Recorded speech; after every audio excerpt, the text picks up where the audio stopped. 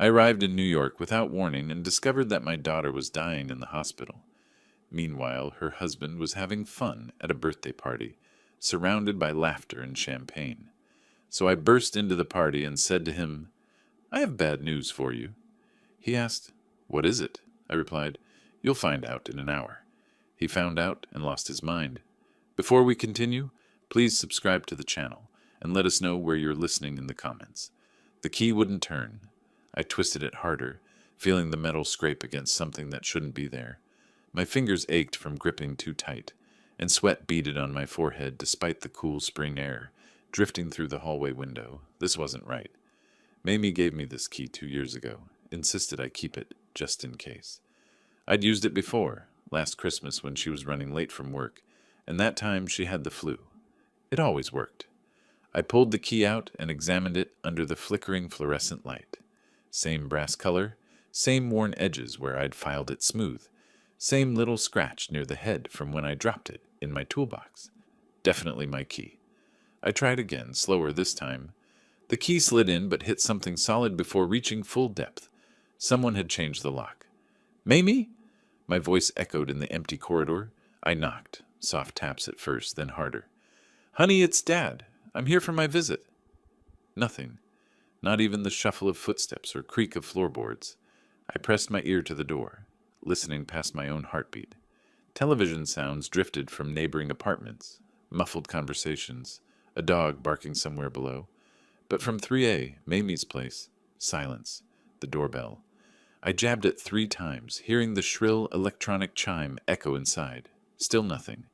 My phone felt heavy in my coat pocket. The flight from Pennsylvania had drained me more than usual. Too many delays, too much coffee, too many worried thoughts about why Mamie hadn't returned my calls this week. Now, this. Her voicemail picked up immediately. "Hi, you've reached Mamie Nelson. I can't take your call right now, but leave a message, and I'll get back to you soon." That cheerful voice, so much like her mother's. "Mamie, it's Dad. I'm outside your door, but the key isn't working. Did you change the locks? Call me back, honey. I'm getting worried." I tried Nelson next. One ring, then his generic voicemail. "You've reached Nelson Hargrove. Leave your name and number." "Nelson, this is Amos. I'm at the apartment, but I can't get in. Where's Mamie? Call me back immediately." The hallway felt smaller now, pressing in on me. Cooking smells, garlic and something fried, wafted from under doors. A television laugh track burst from apartment 3C. Normal Friday afternoon sounds, but they felt wrong against my growing panic. I walked to the window at the end of the hall, looking down at the Brooklyn street I'd traveled 3 hours to reach. Cars crawled past in afternoon traffic. People hurried along sidewalks, carrying grocery bags and coffee cups, living their normal lives while mine tilted sideways. This isn't like Mamie. She always answers, always calls back within an hour. Even when she's busy with clients or fighting with Nelson, she makes time for her old man. That's who she is. Responsible. Considerate. She gets that from her mother. I tried Mamie's number again. Same cheerful message, same electronic beep. "Honey, it's Dad again. Something's wrong with the lock. I'm really starting to worry. Please call me." Maybe I should have called first instead of surprising her. But she loved surprises. Always had since she was little. Remember the time I drove 6 hours to her college just to take her to dinner? She cried happy tears right there in the restaurant. No, this was different. This was wrong. I leaned against her door, feeling the solid wood against my shoulder. My travel bag seemed heavier now, pulling at muscles already tired from the journey. The fluorescent light above buzzed and flickered, casting shifting shadows on the worn carpet. Nelson's phone went straight to voicemail this time. Not ringing at all, just that automated message about leaving your name and number. He'd turned it off. Why would someone change the locks without telling family? Why wouldn't Mamie answer her phone for 2 weeks? Why would Nelson shut off his phone when I needed to reach them? The questions circled in my head like vultures. Each one brought worse possibilities. Accidents, illness, problems they couldn't handle alone. Problems they should have told me about. I tried Mamie one more time. "The subscriber you are calling is not available." Not her voicemail this time. A recorded message from the phone company. Her phone was off too. Footsteps echoed from the stairwell. Someone climbing the concrete steps, keys jangling with each stride. Maybe building maintenance. Someone who could explain about the locks. Or maybe it was Mamie, finally coming home to explain everything. I turned toward the stairwell, hope and dread wrestling in my chest as the footsteps grew closer. A man appeared at the top of the stairs, slightly out of breath, carrying a black garbage bag in one hand and keys in the other.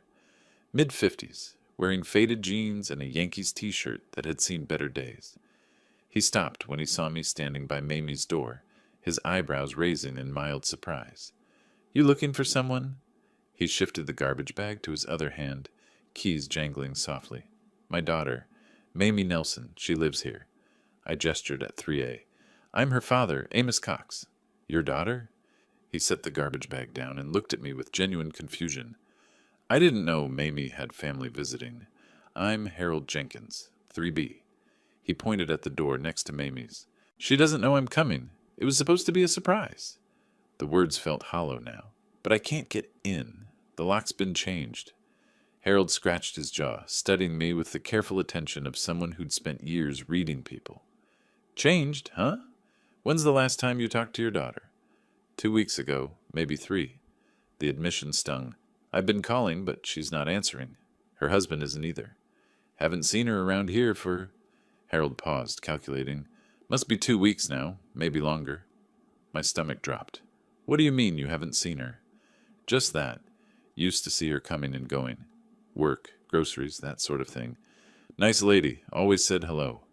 But lately," he shook his head, "nothing. But Nelson's been here, right? Her husband?" Harold's expression shifted, becoming uncomfortable. He picked up his garbage bag again, avoiding my eyes. "Well, yeah, I see him plenty." "Good. Then maybe he can explain." "Different woman every few days, though." The words hit me like cold water. "What?" "Your son-in-law, Nelson." Harold looked directly at me now, his voice gentler. "He's been bringing women around, young ones. Real fancy looking. Figured maybe your daughter moved out, and he was, well, you know." I stepped back, my shoulder hitting the wall. "There must be some mistake." "I wish there was." Harold shifted uncomfortably. "Look, I don't like to gossip, but I've been living here 8 years. I know what I see." "What exactly do you see?" "Different woman Tuesday night, blonde, wearing one of those expensive coats. Wednesday it was a redhead in a short dress. Too short for this weather, if you ask me. Yesterday, some brunette with jewelry that caught the light from here to Sunday." My hands clenched into fists. "Are you sure it's Nelson?" "Same guy, same key to the apartment. Laughing loud in the hallway, music playing late. Not like when your daughter was around. She was quiet, respectful." The hallway started spinning slightly. I pressed my palm against the wall to steady myself. "How long has this been going on?" 2 weeks, maybe 3. Right around the time I stopped seeing Mamie." Harold's voice carried the weight of someone delivering bad news. "I kept thinking I should mind my own business, but if you're her father, I need to find her. Any idea where she might have gone?" I shook my head. My mind was racing, trying to process what Harold had told me. Nelson, my son-in-law of 5 years, bringing other women to Mamie's apartment. Different women, multiple women, while my daughter was... Where? "Look," Harold said, hefting his garbage bag again. "I've got to get this downstairs before pickup. But if you need anything, another pair of eyes, someone to ask around the neighborhood, I'm usually home." "Thank you." My voice sounded distant, even to me. Harold started down the stairs, then paused. "Your daughter? She seemed happy when I saw her. Always smiling, talking about her work. Whatever happened, it wasn't because she was unhappy here." His footsteps faded down the stairwell, leaving me alone with crushing new information. Nelson wasn't just unreachable. He was actively betraying my daughter. But where was Mamie? If she'd left voluntarily, she would have told me. She would have taken her things, changed her phone number properly, given me some explanation, unless she couldn't. I looked at Mamie's door again, seeing it differently now. Not just changed locks, but a barrier. Something keeping me out, keeping me from the truth about what happened to my little girl. My phone felt like a brick in my pocket. Nelson's number, Mamie's number. Neither would help now. But there had to be another way. There had to be some method of finding her that didn't depend on her husband's honesty or cooperation. Think, Amos. What tools do you have that they can't control? My legs felt unsteady as I followed Harold's path down the stairs. The concrete steps seemed steeper now, the metal railing colder under my palm. I needed air, space to think, somewhere away from that door and its terrible implications. Outside, the afternoon had grown cooler.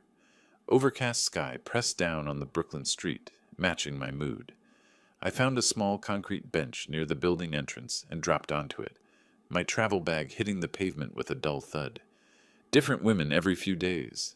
The phrase kept echoing in my head, while Mamie was gone, missing, vanished without a trace or explanation. I pulled out my phone, squinting at the small screen. These new smartphones, Mamie had insisted I upgrade from my old flip phone during her last visit to Pennsylvania. Dad, what if something happens to one of us? What if we need to find each other? I'd protested. I don't need to track you like some criminal, honey. It's not tracking, it's safety. Just download this app, Find My Family. Please? She'd given me those eyes, the same ones she'd used to convince me to let her get a puppy when she was 12. So I'd relented, watching her tap and swipe through settings I didn't understand, entering passwords and permissions. She'd shown me how to use it once, but that was 6 months ago. Now, trying to remember which icon among dozens might be the right one, I felt every one of my 65 years. My reading glasses. I dug through my travel bag, pushing aside folded shirts and medication bottles until I found the case. The world sharpened into focus, revealing app icons I'd forgotten existed. Games Mamie had installed for when you're bored. News apps, weather, camera. Where was it? Find My Family. Had it been blue? Green? They all looked the same to me. There, a small icon with 2 figures and a location pin. I tapped it, my thick fingers clumsy on the smooth screen. Loading circle, spinning endlessly. Come on, password required. I tried my birthday, then Mamie's, then my late wife's maiden name. Invalid, invalid, invalid. What had I used? Think, Amos. Of course. Mamie's birthday plus the year she graduated high school. She'd made me write it down. The phone accepted it, and suddenly a map filled the screen. Red dots appeared one by one. My location showed as a pulsing blue circle in Brooklyn. Another dot appeared farther north. That must be Mamie. But it wasn't at her apartment. The red dot sat firmly in Manhattan, in a cluster of large buildings I didn't recognize. I tapped on it, and text appeared. Mamie's iPhone, Mount Sinai Hospital. Hospital. The phone nearly slipped from my hands. I gripped it tighter, staring at those words until they burned into my vision. Mount Sinai Hospital. My daughter was in a hospital, and I didn't know why, didn't know how long she'd been there, didn't even know if she was... I stood up abruptly, my travel bag tumbling to the sidewalk. Hospital. That explained everything. The unreturned calls, the absence from her apartment, even why Nelson might have changed the locks. But it explained nothing about the women Harold had seen, unless Nelson thought I wouldn't find out. Unless he was using Mamie's illness, and it had to be illness. What else would keep her in a hospital for weeks? As an opportunity to... My hands shook as I bent to retrieve my bag. The busy street seemed louder now, car horns and sirens blending into urban chaos that matched the noise in my head. I had to get to her, had to see with my own eyes what was happening to my daughter. A yellow taxi crawled past in traffic. I stepped into the street, waving my arm frantically. It didn't stop. Another one passed, occupied. A third didn't even slow down. Please, I said to no one, stepping farther into traffic. Please stop. A taxi finally pulled over, brakes squealing slightly. The driver, a woman in her 40s with tired eyes, rolled down her window. Where to? Mount Sinai Hospital. I climbed into the back seat, immediately hit by the smell of leather and air freshener. Please hurry. Emergency? My daughter. The words came out strangled. I think I need to see my daughter. She nodded and pulled back into traffic. Through the window, Brooklyn blurred past. Apartment buildings, storefronts, people living normal Friday afternoons while my world cracked apart. The app was still open on my phone, that red dot steady and unmoving at Mount Sinai. How long had Mamie been there? What was wrong with her that required weeks of hospitalization? And why hadn't anyone told me? Unless Nelson had told the hospital he was handling family notifications. Unless he deliberately kept me in the dark while he brought other women to her apartment, used her absence for his own purposes. The taxi accelerated through a yellow light, carrying me toward answers I wasn't sure I wanted to hear. Traffic moved like molasses through Manhattan's arteries. I sat in the back seat of the taxi, gripping my phone so tightly that my knuckles went white. The red dot on my screen hadn't moved. Mamie was still at Mount Sinai, still in that hospital, still needing me while I crawled through Friday afternoon gridlock. Construction on the FDR, the driver explained, catching my eye in the rearview mirror. She was maybe 45, with kind eyes and worry lines that suggested she'd seen plenty of distressed passengers. I could take the bridge route, might be faster. Whatever gets me there quickest. Mount Sinai Hospital. The name kept cycling through my mind like a broken record. Why was my daughter in a hospital? How long had she been there? The tracking app showed her location, but it couldn't tell me if she was visiting someone else, getting routine tests, or... No. I pushed away the darker possibilities. Mamie was young, healthy. She jogged in Prospect Park, ate organic vegetables, took those vitamin supplements her mother used to mock. She couldn't be seriously ill. But Harold's words echoed. Haven't seen her around here for 2 weeks? 2 weeks in a hospital wasn't routine anything. I tried calling her again. Same automated message. Subscriber not available. Her phone was either dead or turned off. Nelson's number went straight to voicemail again. The man was deliberately avoiding me. My own phone battery dropped to 23%. I'd been checking the GPS obsessively, watching our slow progress through the city. At this rate, it would take another 20 minutes to reach the hospital. The taxi lurched forward through an intersection, then stopped again behind a line of brake lights. An ambulance wailed past us, its red and blue lights painting the inside of our car in urgent colors. My chest tightened, watching it disappear toward the same medical district where my daughter waited. 3 years ago, I'd made this same kind of desperate journey. Different hospital, different city, but the same crushing fear in my chest. Martha had been in stage 4 when we finally got the diagnosis. Pancreatic cancer, the doctor had said with that practiced sympathy they teach in medical school. We'd caught it too late. I'd held her hand through chemotherapy sessions, radiation treatments, and finally hospice care. I'd promised her I'd take care of Mamie, protect our daughter from the kind of pain we were experiencing. Now here I was, racing through traffic because I might be failing that promise. Family emergency? The driver asked gently. My daughter. The words came out hoarse. She's in the hospital, and I didn't know. These things happen fast sometimes. She accelerated through a yellow light, gaining precious seconds. My sister was diagnosed with diabetes last year. Nobody knew until she collapsed at work. Sometimes people hide things to protect the ones they love. That sounded like Mamie. She'd hidden her college financial struggles until she was 3 months behind on rent. She'd hidden her early relationship problems with Nelson until after they were married. She always tried to handle everything herself, just like her mother. The Manhattan skyline shifted around us as we navigated through side streets. Medical buildings began appearing more frequently, urgent care centers, specialist offices, pharmacy chains. We were entering the hospital district. My phone rang and I nearly dropped it in my haste to answer. Unknown number. Hello? Mamie? Wrong number, sorry. I closed my eyes and leaned back against the worn leather seat. Every ring, every notification made my heart race with hope and terror in equal measure. She's going to be okay, the driver said firmly. Whatever's wrong, having family there makes all the difference. You're doing the right thing. Through the window, I could see the massive complex of Mount Sinai Hospital approaching. Glass towers filled with windows that looked down on thousands of personal tragedies and miracles every day. Somewhere in that maze of rooms and corridors, my daughter was waiting without knowing I was coming. The taxi pulled up to the main entrance, joining a line of vehicles dropping off patients and visitors.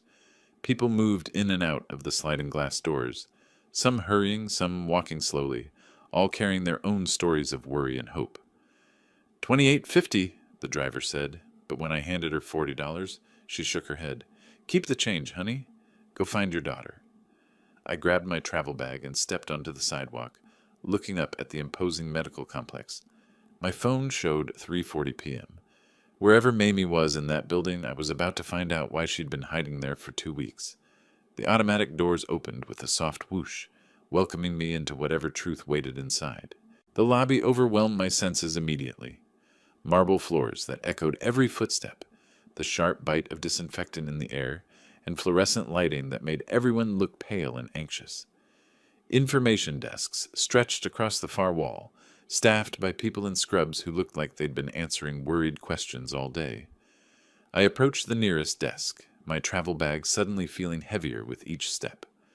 "I'm looking for my daughter, Mamie Nelson. I believe she's a patient here." The woman behind the desk, maybe 30 with tired eyes, started typing. "Are you on her emergency contact list, sir?" "I'm her father, Amos Cox." More typing. A pause. Then her expression shifted to something like relief. "Room 314, third floor. Take the elevators to your right. I'll call up and let them know you're coming." Room 314, third floor. The numbers felt heavy in my mind as I walked toward the elevator bank. Other visitors waited alongside me. A woman clutching a bouquet of flowers, an elderly man with a walker, a young couple holding hands so tightly their knuckles showed white. The elevator climbed slowly, floor numbers lighting up one by one. Second floor, general medicine. Third floor, my destination. The doors opened with a soft ding. The third floor felt different from the bustling lobby. Quieter, more serious. A sign on the wall read, "Oncology Unit," with an arrow pointing down a corridor, lined with rooms. Oncology. Cancer. My legs nearly gave out. I grabbed the wall for support, my travel bag sliding to the floor. Cancer. That's why Mamie was here. That's why she hadn't been returning calls. That's why Nelson had been bringing other women to her apartment while she fought for her life in this sterile hallway. "Sir, are you all right?" A woman in a white coat had appeared beside me. Mid-40s, kind face with intelligent eyes behind wire-rimmed glasses. Her name badge read, "Dr. Elena Ramirez, Oncology." I'm looking for my daughter. "Mamie Nelson, room 314. You must be Mr. Cox." Her voice carried the gentle authority of someone used to delivering difficult news. "I'm Dr. Ramirez, Mamie's oncologist. Could we talk privately for a moment?" She led me to a small consultation room just down the hall. Plain furniture, a box of tissues on the table, medical diplomas on the walls. The kind of room designed for conversations nobody wanted to have. "How much do you know about your daughter's condition?" Dr. Ramirez asked as we sat down. "Nothing." The word came out like a confession. "I just found out she was in the hospital. What's wrong with her?" Dr. Ramirez opened a medical file, her movements careful and deliberate. "Mamie was diagnosed with pancreatic cancer 6 weeks ago, stage 4, which means it has metastasized to other organs. She's been hospitalized for 2 weeks now for pain management and palliative care." The room tilted sideways. Pancreatic cancer. Stage 4.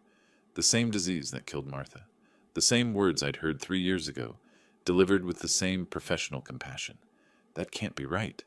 My voice sounded distant, like it was coming from someone else. "She's only 35. She's healthy. She exercises." "Cancer doesn't discriminate based on age or lifestyle, Mr. Cox. I'm sorry." "What's the prognosis?" I already knew, but I had to ask. "With aggressive treatment, we might extend her life by several months. Without treatment—" She paused, choosing her words carefully. "Weeks to months, depending on how she responds to pain management." The room was spinning now. I gripped the arms of my chair, trying to anchor myself to something solid. "Why wasn't I contacted? I'm her father. I should have been told immediately." "The emergency contact information we have on file is for her husband, Nelson Hargrove. We've made multiple attempts to reach him, but haven't received any response." Of course, Nelson knew. Nelson had known for 6 weeks that his wife was dying, and instead of calling her family, instead of being here to support her, he'd been parading other women through her apartment, like she was already gone. "Where is he now?" My voice came out rougher than I intended. "I can't discuss other family members' personal information, but I can tell you that Mamie has been essentially alone throughout this ordeal. The nursing staff has been very concerned about her lack of family support." Alone. My daughter had been facing the same disease that killed her mother, in the same kind of sterile hospital room, and she'd been doing it alone because her husband was a coward, and her father was too trusting to check on her more often. "Can I see her?" "Of course, but Mr. Cox—" Dr. Ramirez leaned forward slightly. "The physical changes can be startling. The cancer has progressed rapidly, and the treatments, even palliative ones, take a toll. She's much thinner than she was 6 weeks ago, and she tires easily." I nodded, not trusting my voice. Martha had gone through the same transformation. My vibrant, beautiful wife gradually disappearing before my eyes, until only her spirit remained, fierce and loving until the very end. "She doesn't know you're coming, does she?" "No. This was supposed to be a surprise visit." Dr. Ramirez stood up, closing the medical file. "She's been asking about you, wondering why you haven't called. She made me promise not to contact you because she didn't want you to worry after losing your wife to cancer." The guilt hit me like a physical blow. While I'd been going about my normal life in Pennsylvania, reading the newspaper, working in my garden, watching television, my daughter had been protecting me from the truth even as she fought for her life. "Room 314 is just down the hall," Dr. Ramirez said softly. "Would you like me to come with you?" Dr. Ramirez knocked gently on the door of room 314. "Mamie, you have a visitor." "I'm not really up for visitors today," came a voice from inside, weaker than I remembered, but unmistakably my daughter. "I think you'll want to see this one," the doctor said, opening the door slightly. "Your father is here." Silence. Then a sharp intake of breath. I stepped into the room, and the sight nearly broke me. Mamie sat propped up in the hospital bed, her once full face now gaunt, her dark hair thin and brittle from treatments. IV lines snaked from her arms to machines that beeped softly in the background. But her eyes, Martha's eyes, were still bright and alert. "Dad?" Her voice cracked with disbelief. What are you doing here?" "Surprising my daughter," I managed, though my voice wasn't much steadier than hers. "That was the plan, anyway." She tried to sit up straighter, wincing slightly at the movement. "You can't be here. I mean, it's wonderful that you're here, but you weren't supposed to find out like this." I set my travel bag down and crossed to her bedside. The afternoon light from the window made the medical equipment seem less intimidating, but it couldn't hide how small she looked in the hospital bed. "Dr. Ramirez tells me you've been here for 2 weeks. "It's not as bad as it looks," she said quickly. The same tone she'd used as a child when trying to convince me a scraped knee didn't hurt. "They're just managing my pain levels, making sure I'm comfortable." I reached out and touched her cheek gently. Her skin felt paper thin, hot from fever or medication. "Honey, why didn't you tell me?" Tears started forming in her eyes. "Because I watched what Mom's cancer did to you. I saw how it destroyed you to watch her suffer. I couldn't put you through that again." "That wasn't your choice to make." I pulled the visitor's chair closer to her bed and sat down heavily. "I'm your father. This is exactly where I'm supposed to be." "But you just lost Mom 3 years ago. You're finally starting to seem like yourself again. I didn't want to—" "Stop." I took her hand carefully, mindful of the IV port. "I lost your mother, yes. But you're my daughter. You're all I have left of her. All I have left of the life we built together. Did you really think I'd want to spend whatever time we have left apart?" She squeezed my hand weakly. "I was scared you'd try to take over, make all the medical decisions, turn it into some kind of battle like you did with Mom." The words stung because they held truth. I had fought Martha's cancer like it was a problem I could solve through sheer determination and research. I dragged her to specialist after specialist, pushed for experimental treatments, refused to accept the inevitable until the very end. "I learned some things from that experience," I said quietly. "This is your fight, your choices. I'm just here to support whatever decisions you make." "Really?" She studied my face, searching for the stubborn man who'd once argued with oncologists and demanded second opinions. "Really? But I am going to ask one question, and I want an honest answer." She nodded. "Where is your husband?" Her expression shifted, pain flickering across her features that had nothing to do with cancer. "Nelson, he's having a hard time with all this." "What does that mean?" "When we got the diagnosis, he said he needed some space to process it. He's been staying at his brother's place in Queens." She looked away from me, focusing on the IV drip bag. "He says he'll come back when he's ready to handle this. Ready to handle watching his wife die. Ready to handle being a husband when it became difficult." My hands clenched into fists in my lap. "How long since you've seen him?" 2 weeks, since I was admitted." Her voice got smaller. He calls sometimes, asks how I'm feeling, tells me about his work stress, but he hasn't visited. I thought about Harold's revelation. Different women every few days, laughing in the hallway, music playing late. While Mamie lay alone in this hospital bed, believing her husband was grieving at his brother's house, Nelson was using her apartment as his personal entertainment center. Dad, you have that look. What look? The same one you got when Mom's insurance company tried to deny coverage for her treatments. Like you're planning something. I forced my expression to relax. I'm just thinking about logistics. How long do the doctors expect you to be here? Probably another week, maybe 2. Depends on how well they can manage the pain with oral medications. And then what? You can't go back to that apartment alone. I'll be okay. Nelson says he'll be ready to come back by then. I doubted that very much. Nelson had shown his true character when his wife needed him most, but I couldn't tell Mamie about the women Harold had seen. Not while she was fighting for her life. Not while she still held on to hope that her marriage meant something. What if you came home with me? Pennsylvania isn't that far, and you could have your old room back. I could take care of you properly. Dad, your house has stairs to every bedroom, and the nearest hospital is 40 minutes away. She smiled sadly. I need to be close to my medical team. A nurse appeared in the doorway, checking her watch. I'm sorry, but we need to do some blood work and medication adjustments. Could you give us about 30 minutes? I looked at Mamie, reluctant to leave her alone again. Go get some coffee, she said. There's a decent cafeteria on the first floor. Come back in an hour and we can figure out where you're staying, how long you can visit. I stood up slowly, my back protesting from the emotional weight of the last few hours. I'm not going anywhere, honey. I'm staying in the city as long as you need me. Promise? Promise. I leaned down and kissed her forehead. Your old man isn't running away when things get tough. As I gathered my travel bag and headed for the door, I was already making different promises in my mind. Promises about Nelson Hargrove and what happened to men who abandoned their wives when life became difficult. The medical team filed into Mamie's room with practiced efficiency, wheeling equipment I didn't recognize. Dr. Ramirez gave me a gentle but firm look, the kind that said family members needed to step aside and let professionals work. We'll need about an hour for the procedures, she explained quietly. There's a family waiting area down the hall, or you could grab coffee in the cafeteria. I nodded and gathered my travel bag, but every instinct screamed against leaving Mamie alone. She'd been abandoned by the one person who'd promised to stay by her side in sickness and health. I wouldn't add to that betrayal, not even temporarily. I'll be right outside, I told her through the closing door.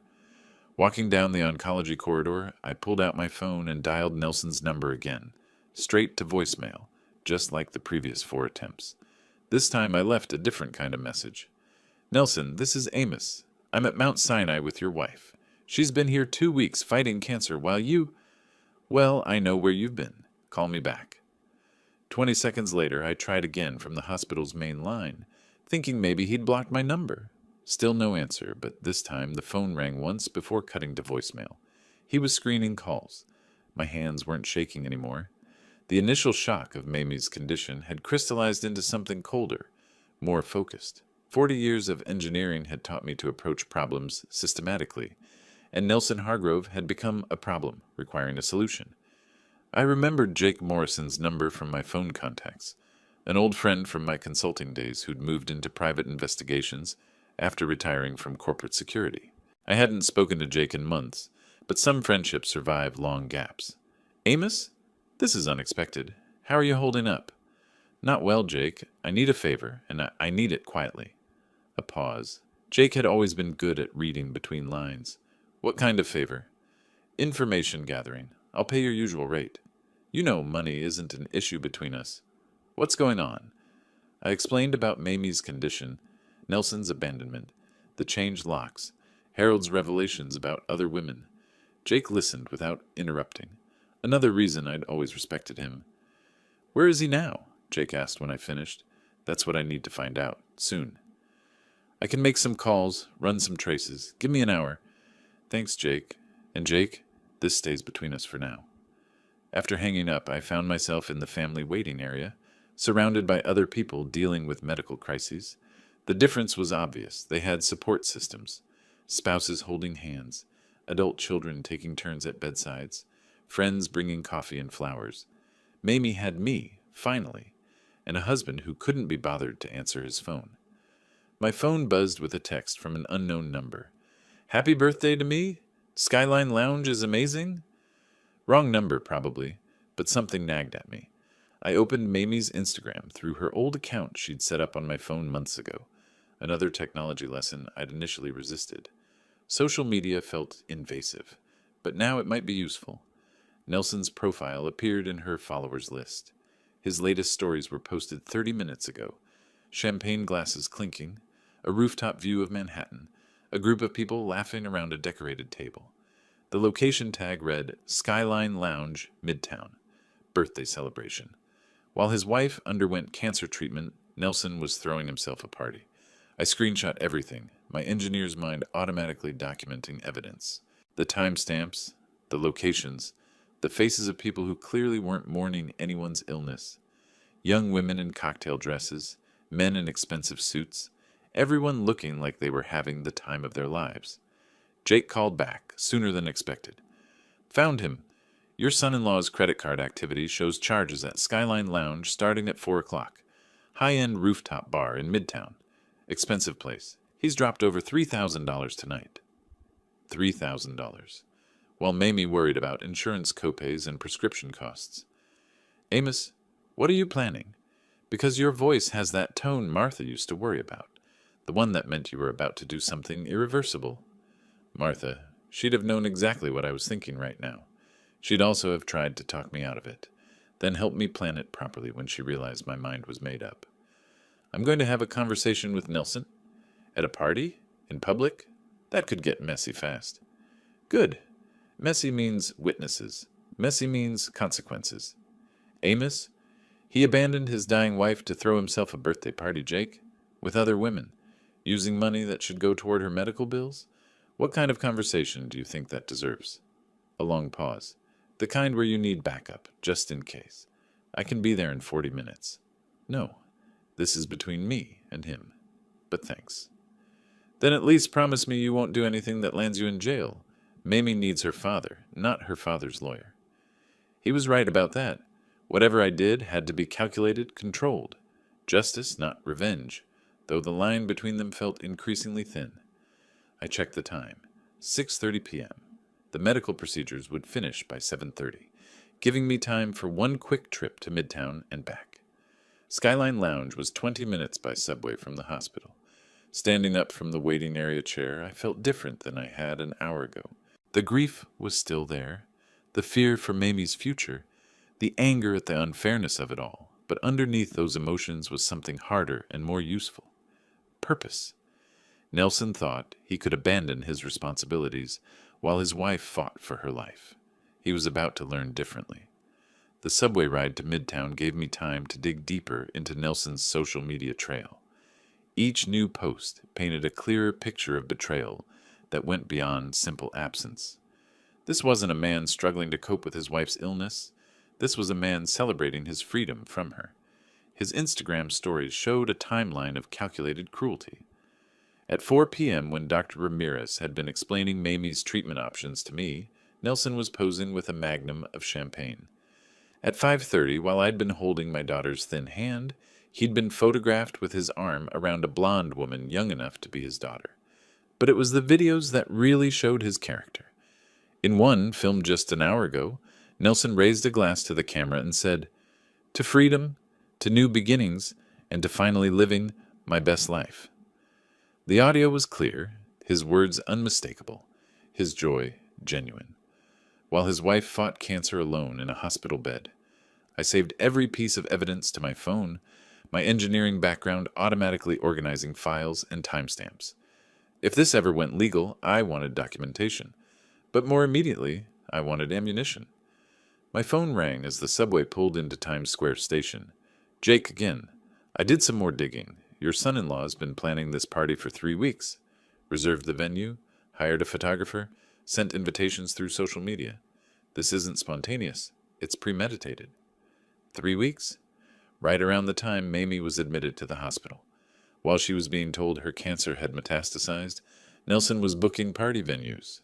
There's more, Jake continued. His credit card records show a pattern. High-end restaurants, expensive clothing purchases, jewelry that sure isn't going to his wife. This has been going on since her diagnosis.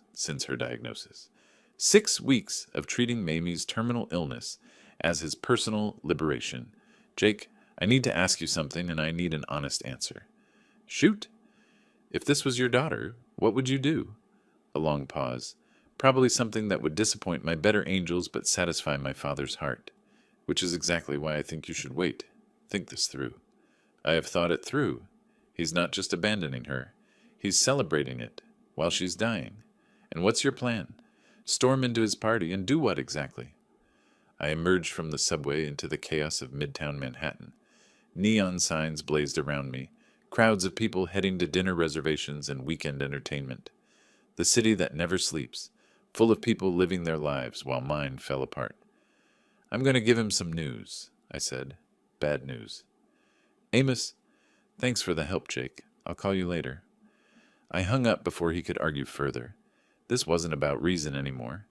This was about justice, and justice sometimes required public embarrassment for private cruelties. Skyline Lounge occupied the roof of a glass building in the heart of Midtown. Through the windows I could see people in expensive clothes, holding expensive drinks, celebrating whatever rich people celebrated on Friday nights. Music pulsed from the upper floors, and I could make out laughter even from the street. The elevator to the roof required a key card, but the security guard was more helpful than I'd expected. Family emergency, I explained, showing him my driver's license. I need to reach my son-in-law, Nelson Hargrove. There's been a medical crisis. The guard looked at my tired face, my rumpled traveling clothes, my obvious distress, and made a human decision. Rooftop level, but sir, try to keep it discreet. This is an upscale establishment. I'll do my best. The elevator rose 30 floors while I composed myself. Through the glass walls, Manhattan spread out below like a circuit board of lights and possibilities. Somewhere in this maze of buildings, my daughter lay in a hospital bed, alone except for nurses and machines. Somewhere above me, her husband celebrated his freedom from her suffering. The elevator doors opened onto a rooftop paradise. Skyline Lounge lived up to its name.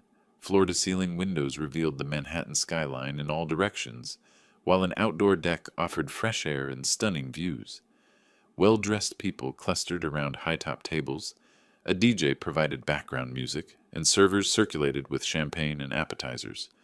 It took me less than 30 seconds to spot Nelson. He'd gained weight since the last family gathering, his face full and satisfied, his expensive suit tailored to his new prosperity. He stood near the outdoor deck, holding court with a group of admirers, 3 young women and 2 men his age, all hanging on his every word. As I watched, he threw his head back and laughed at something someone said. Pure, genuine enjoyment. The laugh of a man without a care in the world. I started walking toward him, my steps steady and purposeful. The crowd parted automatically. Maybe it was my age, maybe my expression, maybe the way I moved with complete focus through their casual celebration. People noticed me, then looked toward Nelson to see what was about to happen. He saw me when I was still 10 feet away. The laughter died in his throat. Color drained from his face, and his champagne glass trembled in his hand. He looked around desperately, as if searching for an escape route. But his friends had formed a semicircle that trapped him against the deck railing. "Hello, Nelson," my voice carried clearly over the music. Several nearby conversations stopped, people sensing drama about to unfold. "Amos, what are you doing here? How did you find me?"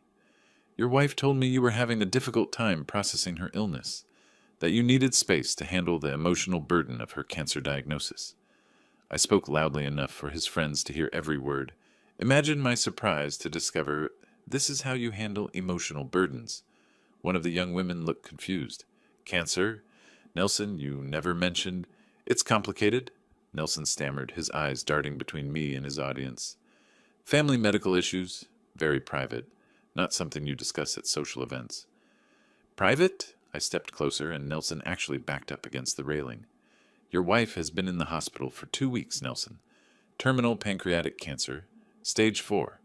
She's been asking about you, wondering why you haven't visited. The second woman put down her drink. The men exchanged uncomfortable glances. The party atmosphere around us had shifted to awkward tension. While she's been undergoing treatment, fighting for her life, you've been here spending thousands of dollars celebrating your freedom. I have the pictures, Nelson, the credit card records, the social media posts about your new beginning.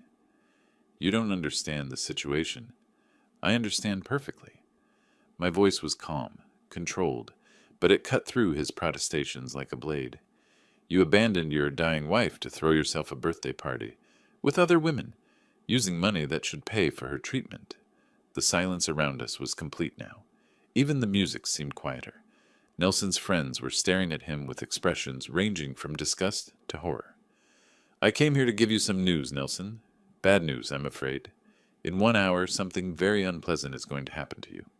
I won't tell you what, but I guarantee you won't enjoy it. What do you mean, Amos? What are you talking about? But I was already walking away, my message delivered, my purpose served. Behind me, I heard Nelson calling my name, heard his friends asking questions he couldn't answer, heard the party's energy collapse into uncomfortable whispers. The elevator doors closed on Nelson's panicked face, his birthday celebration in ruins around him. 1 hour, I told him. Now the clock was ticking. The elevator descended through the glass building while Manhattan sparkled outside like scattered diamonds. I checked my watch. 8:45 p.m. The medical procedures at the hospital would be finished by now, and Mamie would be wondering where I'd gone. But first, I had one more stop to make. During the subway ride back to the hospital, my phone buzzed with increasingly frantic calls from Nelson. I let them all go to voicemail. Each unanswered ring was part of the punishment. Uncertainty, fear, the growing realization that his comfortable world was about to change. By the time I reached Mount Sinai, Nelson had left 6 voicemails. I listened to them in the hospital lobby, watching his panic escalate with each message. Amos, please call me back. We need to talk about this misunderstanding. Look, I know how this looks, but you don't understand the full situation. Mamie and I agreed. This is harassment. You can't threaten people and walk away. I'm calling the police. Amos, please. Whatever you're planning, we can work this out. I'll do whatever you want. I'm begging you. Please don't destroy my life over this. The progression from arrogance to desperation was exactly what I'd hoped for. Nelson had spent 6 weeks thinking he could abandon his responsibilities without consequences. Now he was learning differently. Dr. Ramirez met me outside Mamie's room. The procedures went well. Her pain levels should be more manageable now. She's been asking for you. How is she? Tired, but the medications are helping. You can see her now, but try to keep the visit calm. She needs rest. I entered room 314 to find Mamie looking smaller than before, if that was possible. The medical procedures had exhausted her, but her eyes still held that fierce intelligence I remembered from her childhood. Where did you go? She asked weakly. The nurse said you stepped out, but you were gone for hours. I had some errands to run, nothing important. The lie came easily. Protecting her from the truth about Nelson's party would spare her additional pain. Dad, I know you're angry about Nelson not being here, but please don't do anything dramatic. I can't handle family drama on top of everything else. If only she knew what family drama really looked like. But that was exactly why I'd handled this quietly. Mamie deserved to focus on fighting cancer, not on mourning her marriage. My phone rang. Nelson again. This time I answered. Amos, thank you for picking up. Please, we need to meet and discuss. The hour isn't up yet, Nelson. I kept my voice calm, controlled. When it is, you'll know. What are you talking about? What's going to happen in an hour? Something you won't enjoy. I guarantee it. I hung up. Mamie was watching me with concern. Dad, what was that about? Nothing you need to worry about, honey. Just some business I need to handle. But even as I said it, I was checking the time. 9:20 p.m. 40 minutes since I'd left the party. 20 minutes until Nelson's deadline. My phone rang again immediately. This time, instead of answering, I turned it off completely. Nelson could spend the next 20 minutes in growing panic, wondering what consequences were coming for him. The uncertainty would be worse than any actual punishment I could devise. You look different. Mamie said quietly. Calmer somehow, more like yourself. She was right. The helpless grief I'd felt earlier had transformed into something more productive. I'd taken action, imposed consequences, restored some balance to a situation that had been grossly unfair. For the first time since arriving in New York, I felt like I was protecting my daughter properly. I'm just glad I'm here with you now. Will you stay tonight? I know the hospital has visitor accommodations. Of course, I'm not going anywhere. As we talked about treatment options and next steps, part of my mind tracked the remaining time. 15 minutes until Nelson's deadline. By now, he'd probably tried calling the hospital directly, maybe even attempted to come here himself. But I'd spoken to security about limiting his access. Family emergency protocols gave me temporary authority over visitors. At 9:50 p.m., I excused myself to use the restroom and turned my phone back on. 23 missed calls from Nelson and a dozen text messages ranging from angry demands to desperate pleas. The final message, sent just 5 minutes ago, read, "Please, Amos, I'll do anything. I'll pay for all of Mamie's treatment. I'll give her everything in the divorce. Just tell me what you want." Divorce? Interesting.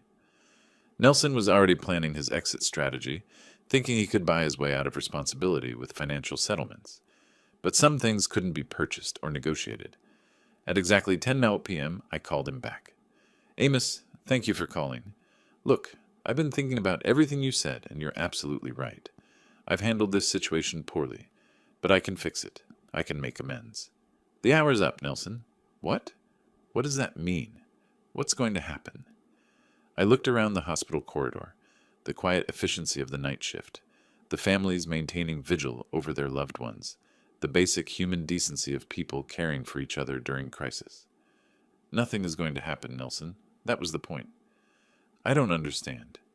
For the last hour, you've experienced what your wife has felt for 6 weeks. Uncertainty, fear, abandonment by someone who should be there for you. The difference is your hour of anxiety is over. Hers isn't." Silence on the other end of the line. "You want to know what's going to happen to you? You're going to live with the knowledge that when your wife needed you most, you abandoned her for a party. You're going to remember that when she was fighting for her life, you were celebrating your freedom. And everyone at that party tonight is going to remember it too." "Amos, please. I'm hanging up now. Don't call again. Don't come to the hospital. Don't contact Mamie unless she specifically asks for you. And Nelson, if I hear you're using her illness as an excuse for anything, if you're telling people you're grieving or struggling or any other lie to cover your selfishness, I will make sure everyone knows the truth about your birthday party." I ended the call and turned the phone off again. Through the hospital window, I could see the lights of Manhattan stretching toward the horizon. Somewhere in that maze of buildings, Nelson was probably sitting alone, finally understanding that actions had consequences. But here, in this sterile corridor outside my daughter's room, justice felt more like exhaustion than satisfaction. The real work, helping Mamie fight cancer, was just beginning. Manhattan's neon glow painted the sidewalks in shifting colors as I walked away from Skyline Lounge. The confrontation had left me feeling oddly calm. Not the explosive satisfaction I might have expected, but something steadier.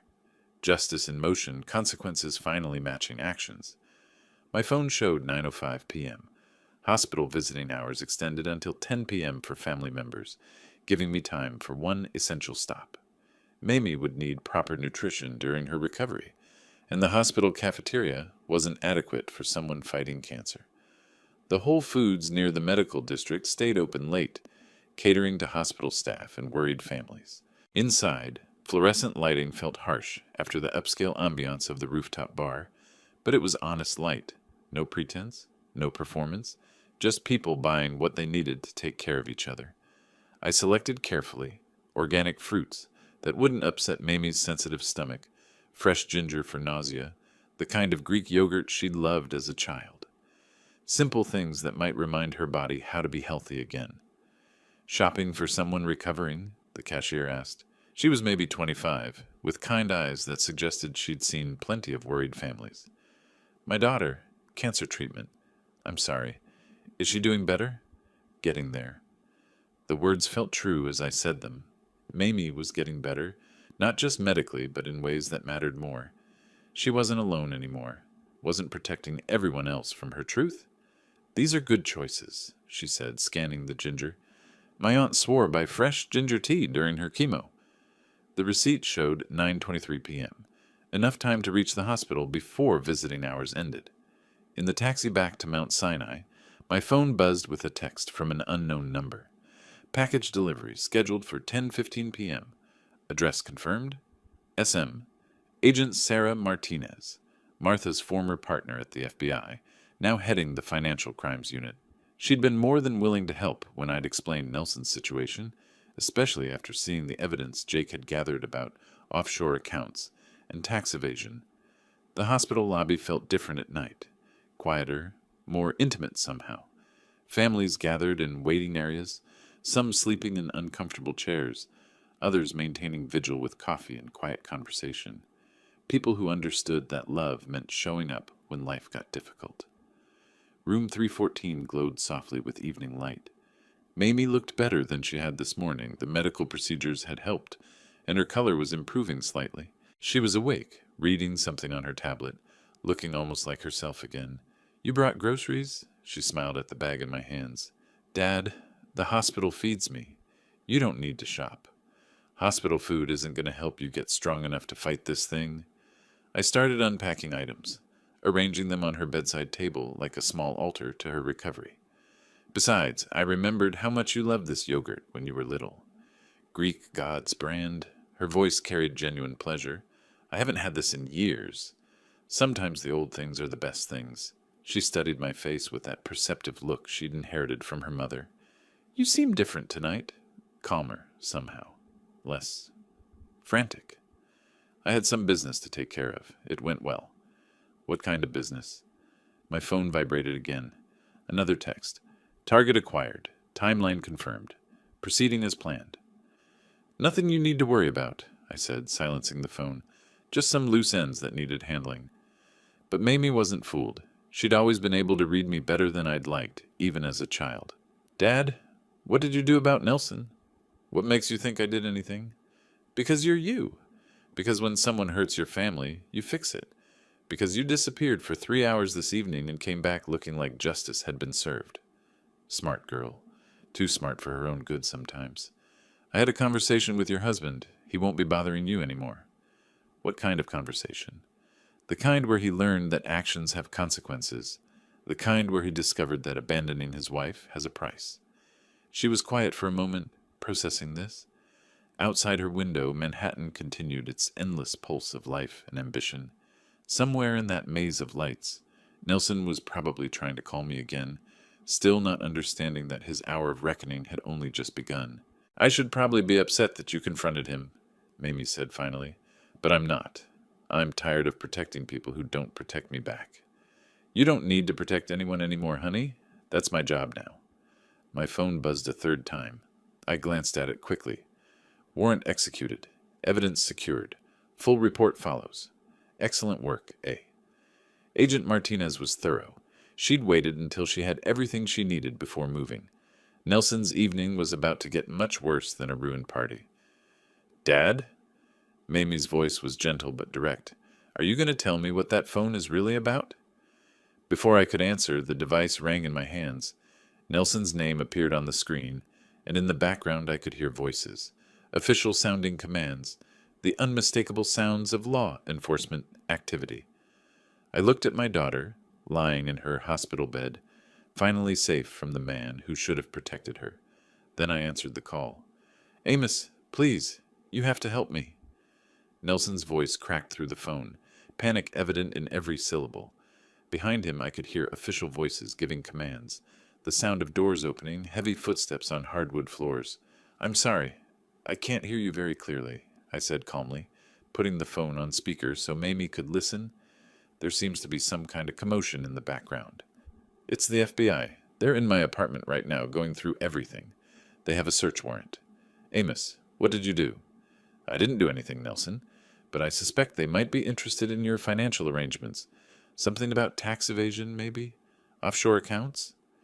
Dead silence except for the sounds of a systematic search in progress. I could picture Nelson's face, the color draining as he realized the scope of what was happening. How do you know about... He stopped himself, but it was too late. About the accounts in the Caymans? The ones where you've been hiding money for 3 years? The same money that could have paid for your wife's medical treatment? My voice remained steady, conversational. Or did you mean the consulting fees you never reported? The ones that pushed your tax evasion into felony territory? Agent Martinez's voice came clearly through the phone. Mr. Hargrove, you need to step away from the safe and keep your hands visible. Amos, please. I know we have our differences, but I'm family. You can't just... Family? The word tasted bitter. Family means being there when someone needs you. Family means holding their hand during chemotherapy, not celebrating your freedom while they fight for their life. Mamie was watching me with wide eyes, understanding finally dawning about the full scope of what I'd orchestrated. Her expression wasn't shock. It was something closer to awe. I can explain everything, Nelson continued desperately. The money, the accounts, all of it. I was planning to use it for Mamie's treatment, I swear. I just needed to.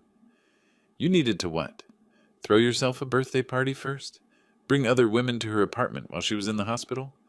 Another voice in the background, professional and clear. Sir, we're going to need you to come with us for questioning. You have the right to remain silent. Amos, don't let them do this to me. I'm your daughter's husband. Think about what this will do to her reputation, her standing in the community.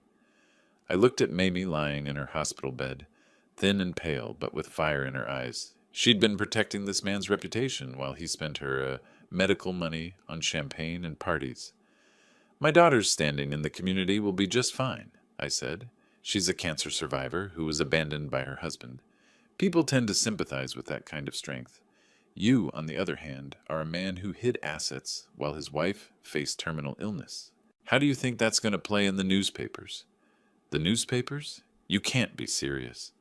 Financial crimes involving federal tax evasion? A Wall Street executive caught hiding millions while his wife battled cancer? Nelson, this is exactly the kind of story the press loves. The sounds of official activity continued in the background. I could hear evidence bags being sealed, digital devices being collected, the methodical process of building a case that would end Nelson's career and freedom. Agent Martinez is very thorough, I continued conversationally. She worked with my late wife for years, learned a lot about following financial trails, building airtight cases. She was particularly interested when I mentioned your situation. Your wife worked with the FBI? For 23 years, Financial Crimes Unit. She had a lot of friends who were concerned when they heard about how you were treating her daughter. The full realization was hitting him now. This wasn't just about personal revenge. This was about professional law enforcement officers who took white-collar crime seriously, especially when it involved abandoning sick family members. Amos, I'm begging you, call them off. I'll pay for everything. All of Mamie's treatment, experimental therapies, whatever she needs. I'll liquidate the offshore accounts, pay all the back taxes. Just make this stop. That's an interesting offer, Nelson. Unfortunately, once the FBI has evidence of federal crimes, individual citizens like me can't really call them off. That's not how the justice system works. Agent Martinez's voice again. Mr. Hargrove, we're ready to transport you downtown for processing. Processing? What does that mean? It means you're going to jail, Nelson. Tonight, while your wife is in a cancer ward, you'll be in a holding cell. I find that appropriately symbolic. This is insane. You can't destroy my life because you don't like how I handled my marriage. I didn't destroy your life, I said quietly. You destroyed your life the moment you chose to celebrate your wife's illness instead of supporting her through it. I just made sure there were consequences. The phone line went quiet, except for footsteps and official voices. Then Agent Martinez came on the line. Mr. Cox, this is Agent Martinez. Mr. Hargrove has been taken into custody. The evidence collection is complete. We found more than enough to proceed with federal charges. Thank you, Agent Martinez. I appreciate your thoroughness. Your wife trained me well. She'd have been proud to see justice served for her daughter. I hung up and looked at Mamie. She was sitting up in bed now, more alert than I'd seen her all day. Dad, was that real? Did you really just have Nelson arrested by the FBI? I provided information about financial crimes to appropriate authorities. They made their own decisions about how to proceed. But how did you know about the offshore accounts? Jake Morrison is very good at his job, and your mother's former colleagues were very motivated to help when they understood the situation. Mamie was quiet for a long moment, processing what had just happened. Then, unexpectedly, she started laughing. Not the bitter laugh of someone who'd been betrayed, but genuine amusement at the elegant justice of it all. "He called you for help," she said between laughs. "The man who abandoned me called my father for help when the consequences caught up to him." "Some people never learn that actions have consequences," I said, "but they usually figure it out, eventually." Afternoon light streamed through the windows of Mamie's small apartment in Astoria, illuminating canvases propped against the walls and art supplies scattered across a makeshift studio table. She moved around the kitchen with energy I hadn't seen since before her diagnosis, preparing lunch with the focused enthusiasm of someone who'd learned not to take simple pleasures for granted. "The oncologist says my latest scans are completely clear," she called over her shoulder as she sliced vegetables. 6 months without any trace of cancer cells." "That's wonderful news." I sat at her kitchen table, watching my daughter inhabit her life again. Really inhabit it, not just survive it. "Dr. Ramirez must be pleased. She says I'm one of her success stories. The experimental treatment protocol worked better than anyone expected." Mamie paused in her preparations, looking thoughtful. Of course, having the financial stress removed probably helped my immune system focus on fighting cancer instead of fighting anxiety. Nelson's asset forfeiture had covered all her medical expenses, and then some.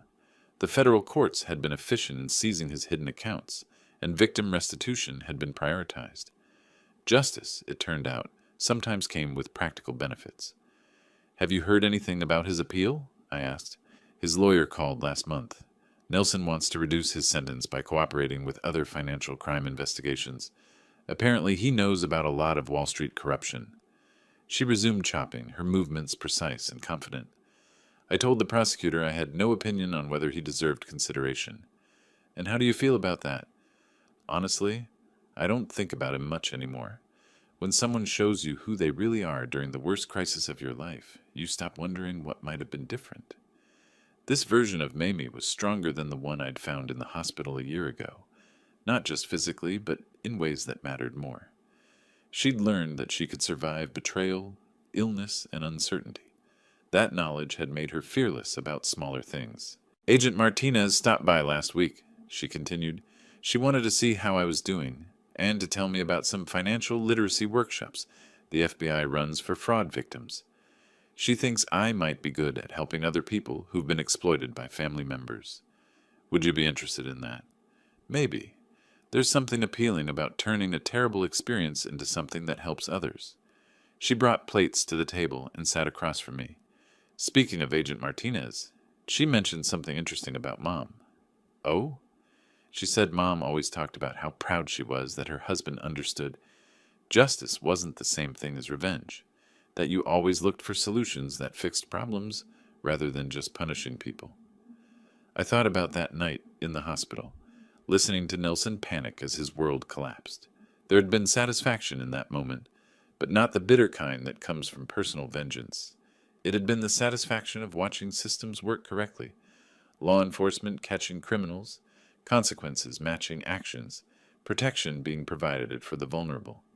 "Your mother was the one who taught me that distinction," I said. "She used to say that revenge makes you feel better for a moment, but justice makes the world better permanently." "Did you ever want revenge? Just pure personal revenge?" "In the taxi to Skyline Lounge, yes. I wanted to humiliate him, make him suffer the way you'd suffered. But by the time I got there, I realized that wouldn't actually help you or change anything fundamental." "So you chose the harder path." "I chose the path that solved the problem. Nelson wasn't just abandoning you. He was committing federal crimes, and would likely do both things again with someone else. Getting him arrested protected you and protected his future victims." Mamie nodded, understanding. "And it made sure his money went to my medical care instead of his entertainment."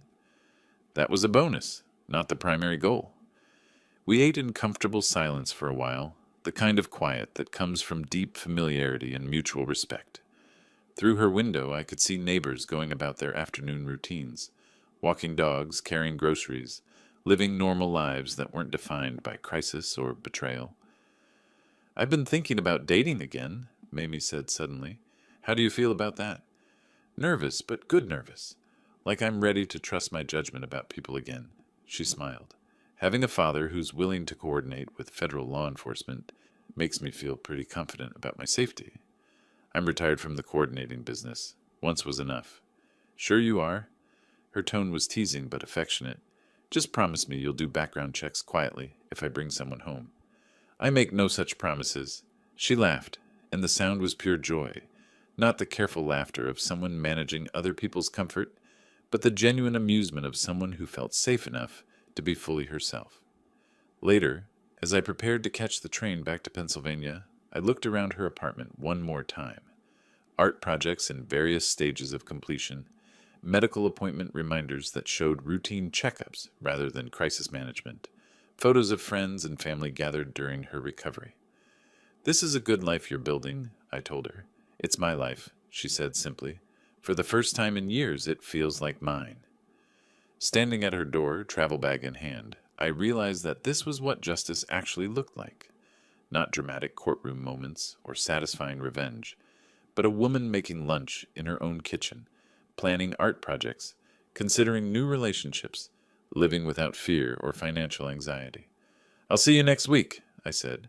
Drive safely, Dad. And thank you. For what? For showing me that family means protecting each other, for proving that some people can be trusted to do the right thing, even when it's complicated. Walking toward the subway station in the late afternoon light, I thought about Martha and how proud she'd be of both our daughter's strength and the way justice had ultimately prevailed. Not through anger or personal vendetta, but through patience, careful planning, and faith that systems could work when operated by people who cared about doing the right thing. My phone buzzed with a text from Mamie. Forgot to tell you, I'm thinking about getting a dog, just so you know for next time you coordinate with law enforcement. Some things, thankfully, never change. If you like this story, please like this video, subscribe to the channel, and share your impressions of this story in the comments. To listen to the next story, click on the box on the left. Thank you for watching.